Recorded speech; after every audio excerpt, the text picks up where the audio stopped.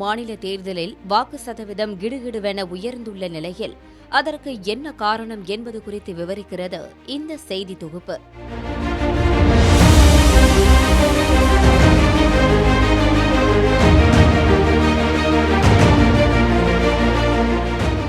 கேரளா, புதுச்சேரி, அசாம் ஆகிய மாநிலங்களில் ஒரே கட்டமாக ஏப்ரல் 9ஆம் தேதி தேர்தல் நடத்தப்பட்டுள்ளது. காலையில் இருந்தே விறுவிறுப்பாக வாக்குப்பதிவு நடைபெற்றது. வாக்காளர்கள் உற்சாகமாக வாக்குச்சாவடிக்கு திரண்டு வந்த நிலையில் கடந்த முறையை விட இந்த முறை வாக்குப்பதிவு சதவீதம் அதிகரித்த வண்ணம் இருந்தது.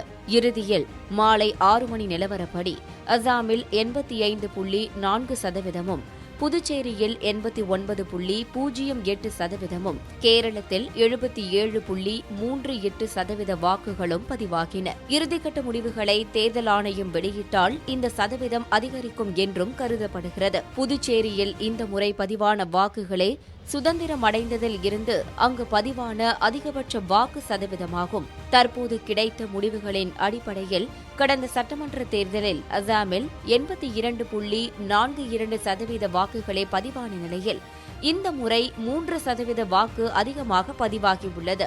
அதேபோல புதுச்சேரியில் கடந்த முறை 83.42% வாக்குகள் பதிவான நிலையில் இந்த முறை 6% வாக்குகள் அதிகமாக பதிவாகியுள்ளது. மேலும் கேரளத்தில் கடந்த முறை 76% வாக்குகள் பதிவான நிலையில் இந்த முறை 1.3% வாக்குகள் அதிகமாக பதிவாகியுள்ளது. இப்படி வாக்கு சதவீதம் அதிகரித்ததற்கு சமீபத்தில் இந்த மாநிலங்களில் நடைபெற்ற SIR என்ற சிறப்பு தீவிர திருத்தம் ஒரு முக்கிய காரணமாக கூறப்படுகிறது. அசாமில் SIRக்கு பதில் SR என்ற சிறப்பு திருத்தம் மட்டுமே நடைபெற்றது என்றாலும் அங்கு ஏராளமான வாக்காளர்கள் நீக்கப்பட்டனர். தேர்தல் ஆணையத்தின் இந்த நடவடிக்கையில் பல்வேறு விமர்சனங்கள் எழுந்த நிலையிலும் தேர்தல் ஆணையம் சார்பில் இரட்டை வாக்குகள், குடிபெயர்ந்தவர்கள் வாக்குகள், இறந்த நபர்களின் வாக்குகளே நீக்கப்பட்டதாக கூறப்பட்டது. இப்படி நீக்கப்பட்ட வாக்குகள் காரணமாகவே இந்த முறை வாக்கு சதவீதம் அதிகமாக உயர்ந்திருக்கிறது.